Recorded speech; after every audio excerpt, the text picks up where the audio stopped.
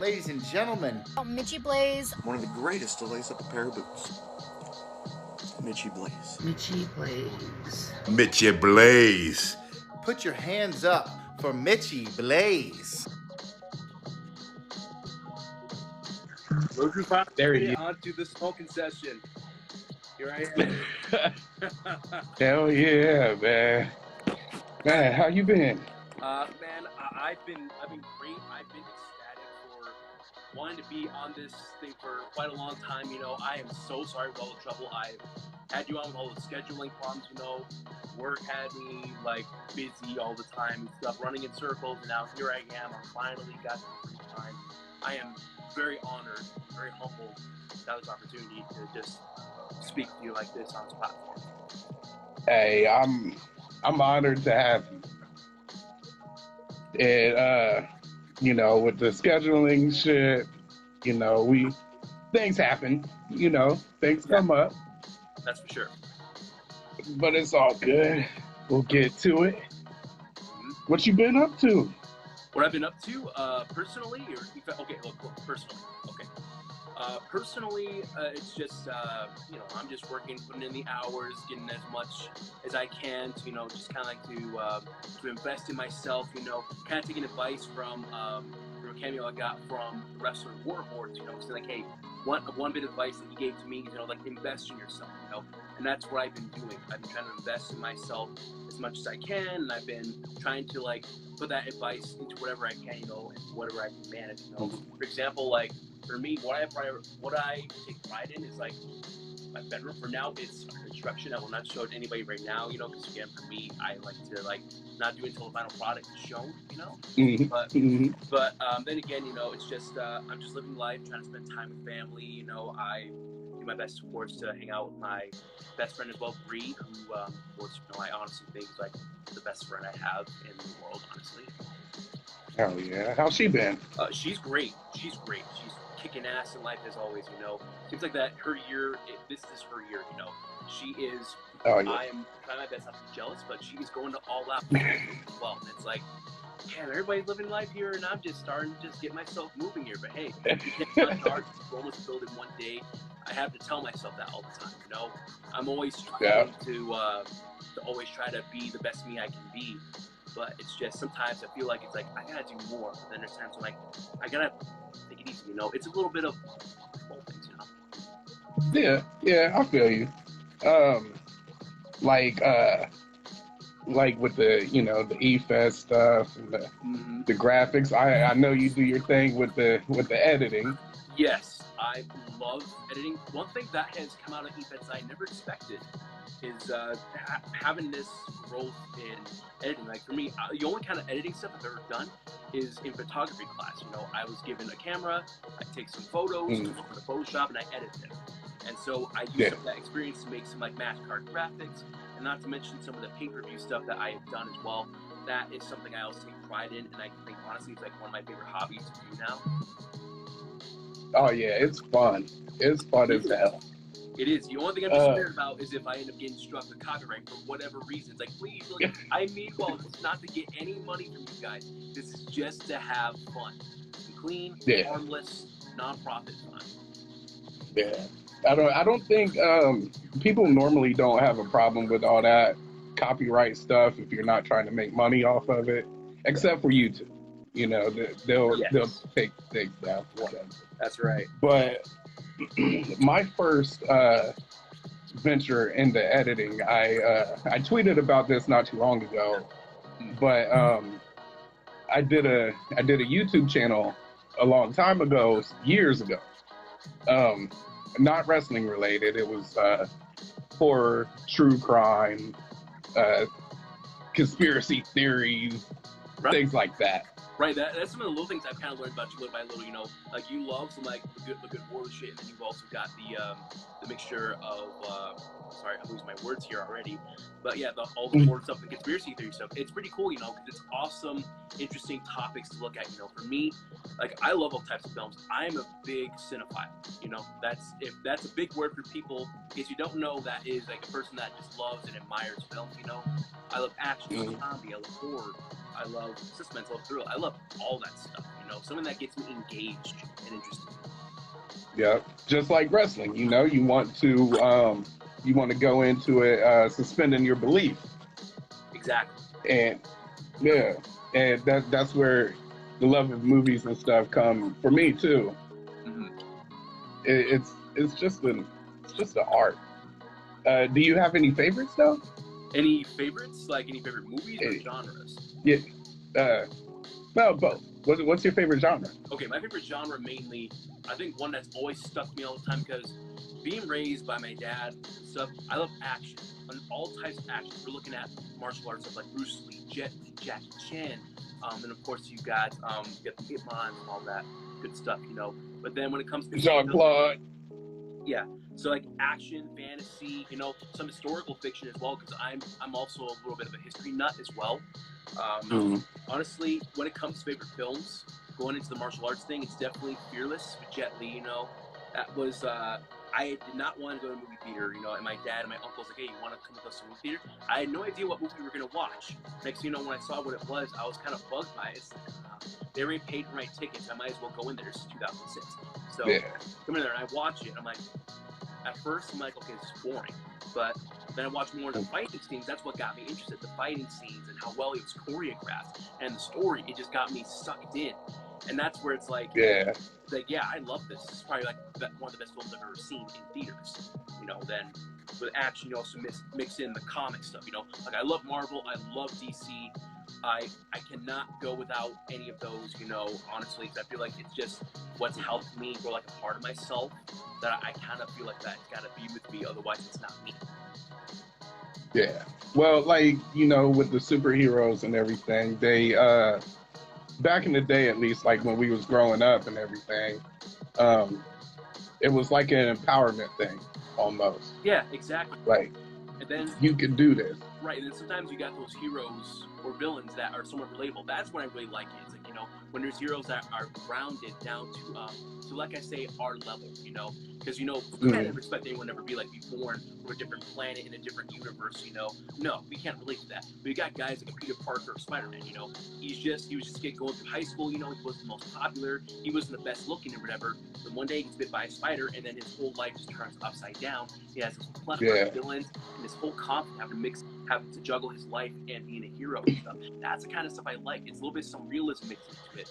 Although you gotta have the zany, wacky craziness there is in other stuff, like with all the Avengers, the X-Men, just the Fantastic Four, all of that good stuff. Yeah. And I think that goes for a lot of things. The whole you know, like kind of basing things in reality. That's to me, in my opinion, that's like a key component for having your viewers suspend their belief, help them out a little bit. Yes, that's right. And man, Spider-Man is probably like the best example. Exactly. In reality, go ahead. I'm sorry. I mean, I don't mean to cut it. You know, it's just I had some thoughts just jump out and it's just like, okay, now just come out of the mouth instead of just waiting for later. But yeah, you know, because for me, I grew up on Spider-Man. You know, because believe it or not, I've seen all the Spider-Man films, all in theaters. I'm continuing that tradition, seeing No Way Home in theaters. Spider-Man's just been a part of my childhood and part of my life, you know, and just seeing Tobey Maguire's like execution as Peter Parker is what inspired me. And it's like I feel like I can kind of bond with this character. It was kind of like me, you know, seeing myself in before I could go in high school. It was like I feel like that'd be kind of like me in high school, and ironically, it kind of was like that, you know, good reasons and bad reasons. But hey, I can't complain. I played with all the cards I dealt with, and at the end of the day, you know, honestly, Spider-Man is like a big influence on me, surprisingly. Yeah. It makes sense. You mentioned a minute ago you was in photography. Yes. You know, Spider-Man or Yeah. Peter Parker. Yeah, There you go. that's a cool similarity. It really is. You know, it's like when you start connecting the dots a little bit, it's like, oh my gosh, everything makes sense. It all fits. You know, it all just starts to make sense to you somehow. See, now, like when it comes to, I'm a big horror guy. So when it comes to horror, it's not necessarily like basing in reality. Not something I look for, you know. Right. But there's still that same art to it when you're creating. You notice you got so many different paths you can take when you're actually creating it. Right. Correct. And it's all on you. Peter Parker could have died from that spider. Yeah. Dude, we You could have had know? an analogy for all we know. We could have turned some like spider humanoid stuff that you would see like back in the 40s. Like he turns like a gigantic spider, wreaks havoc into the town. You know, it's that crazy. That'd be stuff, crazy. You know? That's about horror. Horror can go so many ways. You know, horror can go from super cheesy to super realistic to just supernatural. Like, oh my god, that is just out there. You know, you look at like if you were in the time frame like the 70s, you know, when The Exorcist came out, geez, that must have been like a game changer. Like, oh my god, who would imagine someone would like turn their own head right there, like regardless of their neck and stuff. People are like, oh my god, this is sickening stuff. It's like, you know, for me, that's the thing with horror. For me, it's got to be a horror movie when they're not afraid of the limits and barriers that got in front of them. Break past them, push the envelope, develop some controversy, but not enough to bury. You know, like for example, like, you know, there's, for me, the other thing I like in horror, you know, how sometimes you can have some kids being involved in it. Sometimes it can be as sadistic as adults, you know, and it's like you got like The Omen, you've got Orphan, which I find is one of the most underrated. You know, probably not the greatest, but Orphan's like, oh my god, that is freaky. Yeah, and like, see, you mentioned a couple of the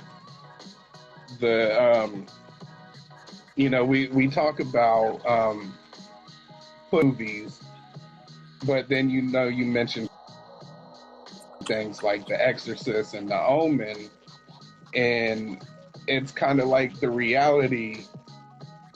The movie gets put into reality almost.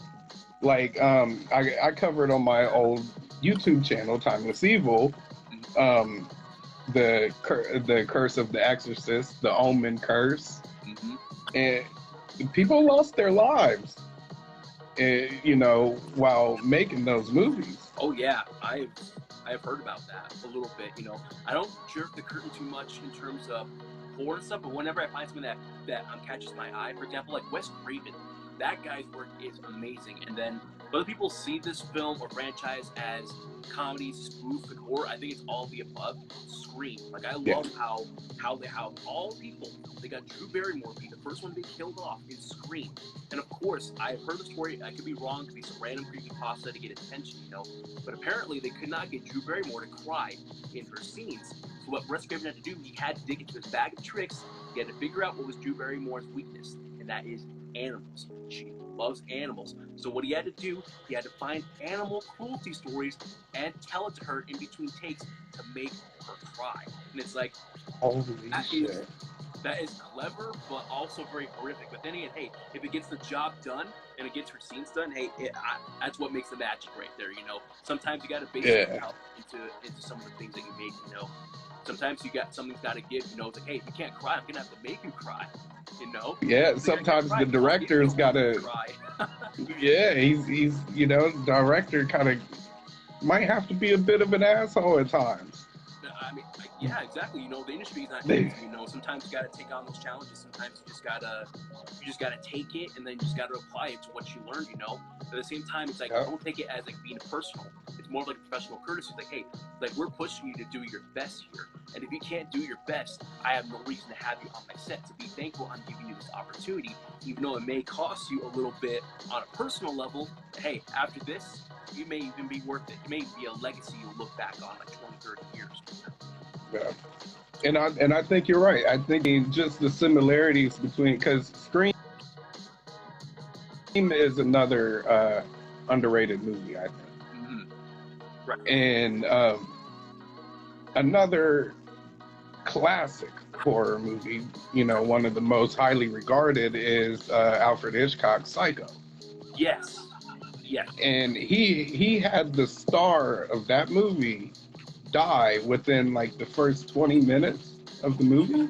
Mm-hmm. Same, you know, same with Drew. Hey, you know, you gotta learn from the best. Sometimes to apply and make your best work. You know, you're not trying. Some people will try to say, "Oh, these are knockoffs, these are copycats." And that. Here's the thing, though: everything you do, somebody has done it before, and possibly even better or worse. What matters is how you do it in your interpretation. It's a lot like art. Yep. Films is an art form right there. It's like you're taking something possibly from somebody else and then putting it into your own interpretation. What matters is you got to make yours a bit more original and try not to tread too much on many similar lines from the other one. You know, because it's very easy to get very similar with some stuff. For example, like when I first started watching Saw and stuff, I get people who are like, dude, that film was a lot like this film called Seven. I never watched the film Seven until I heard about that, and I watched Seven. It's like, okay, I can see the similarities a little bit, but Saw has its own uniqueness to it. But I can kind of understand where it is. But again, it's all biased, it's all opinions.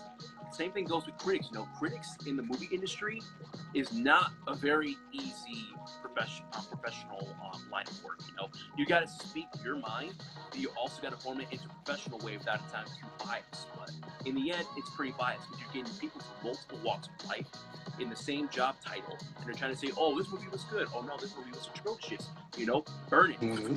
Something. Hey, give this movie an award. You approach yet. And you know, like with me being such a big horror guy, you know, back in the day, I don't know if it's still like that now or not, but back in the day, critics would just completely shit on what's known as classics today. Yeah, that's the thing too. And so, you know, it became a thing to where, like, if a critic shits on a horror movie, it might be a horror movie worth watching.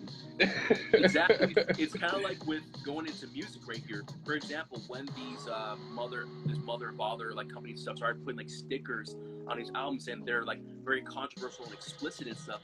For me, I don't know why. This told me like this is a good album if it has that sticker on there. So I would grab them. For example, I grabbed a Slayer album at the age of like 12 and stuff, and I was still, you know, growing up. I was in middle school, and the album I got was God Hates Us All, and I've been raised in a Baptist household.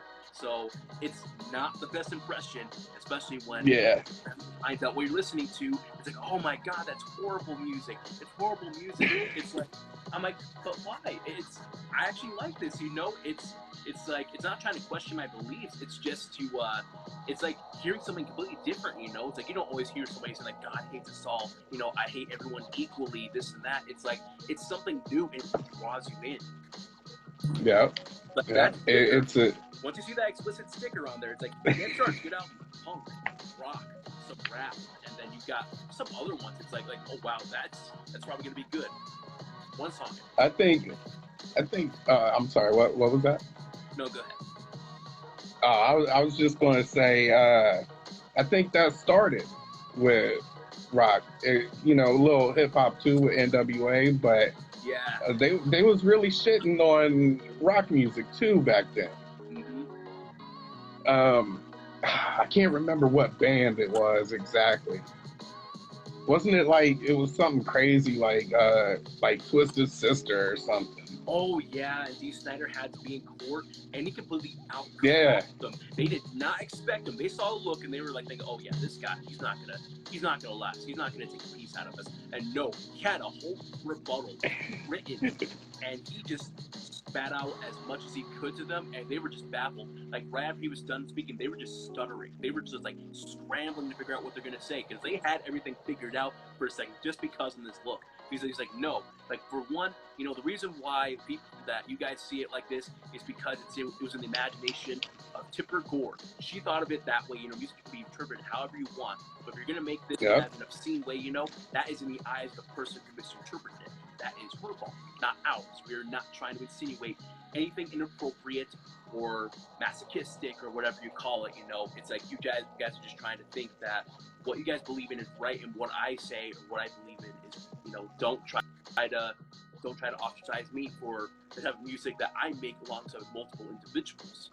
You know, you twist words and try to think that you're protecting other people, and all you're doing, you're just censoring things. That's for me as well, a big part of myself.